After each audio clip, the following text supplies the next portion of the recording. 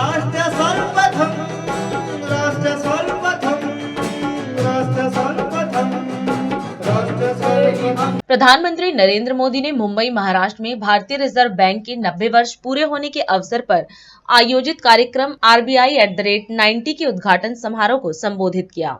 इस दौरान पीएम ने RBI के 90 वर्ष पूरे होने पर एक स्मारक सिक्का भी जारी किया। आपको बता दें कि भारतीय रिजर्व बैंक ने 1 अप्रैल 1935 को अपना परिचालन शुरू किया और आज अपने 90वें वर्ष में प्रवेश कर रहा है। इस अवसर पर संबोधित करते हुए प्रधानमंत्री ने कहा कि भारतीय रिजर्व बैंक आज अपने अस्तित्व के 90 वर्ष पूरे कर एक ऐतिहासिक मुकाम पर पहुंच गया है। आज भारत का रिजर्व बैंक एक ऐतिहासिक पड़ाव पर पहुंचा है। आरबीआई ने अपने 90 इयर्स पूरे किए हैं। एक संस्थान के रूप में आरबीआई आजादी के पहले और आजादी के बाद दोनों ही कालखंड का गवाह है। आज पूरी दुनिया में आरबीआई की पहचान उसके प्रोफेशनलिज्म और कमिटमेंट की वजह से बनी है। मैं आप सभी को रिजर्व बैंक ऑफ इंडिया के सभी कर्मचारियों और अधिकारियों को आरबीआई की स्थापना के 90 इयर्स की बधाई देता हूं। और इस समय जो लोग आरबीआई से जुड़े हैं उन्हें मैं बहुत सौभाग्यशाली मानता हूं। आज आप जो नीतियां बनाएंगे, जो काम करेंगे, उनसे आरबीआई के अगले दशक की दिशा तय होगी। ये दशक इस संस्थान को उसके शताब्दी वर्ष तक ले जाने वाला दशक है और ये दशक विकसित भारत की संकल्प यात्रा के लिए भी उतना ही अहम है।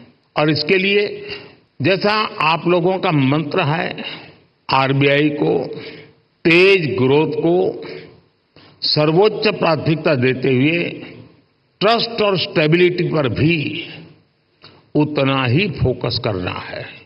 मैं आरबीआई को उसके लक्ष्यों और संकल्पों के लिए भी शुभकामनाएं देता हूं। साथियों, आप सभी अपनी फील्ड के एक्सपर्ट्स हैं। आप जानते हैं कि देश की अर्थव्यवस्था, हमारी जीडीपी काफी हद तक मॉनेटरी और फिस्कल पॉलिसीज के कोऑर्डिनेशन पर निर्भर करती है। मुझे याद है, मैं जब 2014 में रिजर्व बैंक के 80वें वर्ष के कार्यक्रम में आया था, तब हालात एकदम अलग थे। भारत का पूरा बैंकिंग सेक्टर समस्याओं और चुनौतियों से जूझ रहा था। एनपीए को लेकर भारत के बैंकिंग सिस्टम की स्टेबिलिटी और उसके भविष्य को लेकर हर कोई आशंका से भरा हुआ था। हालात इतनी खराब थी कि पब्लिक सेक्टर बैंक्स देश की आर्थिक प्रगति को जरूरी गति नहीं दे पा रहे थे। हम सभी ने वहां से शुरुआत की और आज देखिए, आज भारत के बैंकिंग सिस्टम को दुनिया में एक स्ट्रांग और सस्टेनेबल सिस्टम माना जा रहा है।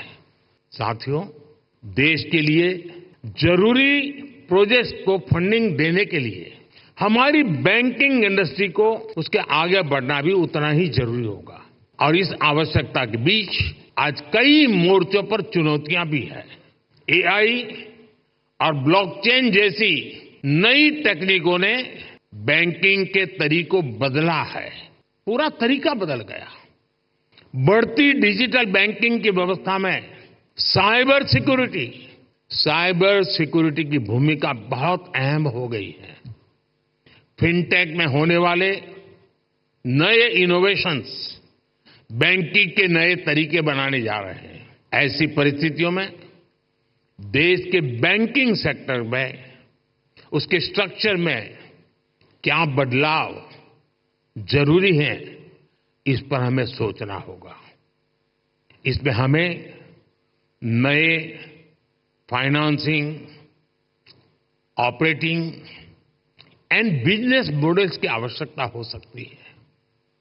ग्लोबल चैंपियंस की क्रेडिट जरूरतों से लेकर रेहड़ी पटरी वालों तक की जरूरत को, कटिंग एज सेक्टर से लेकर ट्रेडिशनल सेक्टर्स तक की जरूरतों को हम पूरा कर सकें, ये विकसित भारत के लिए बहुत जरूरी है।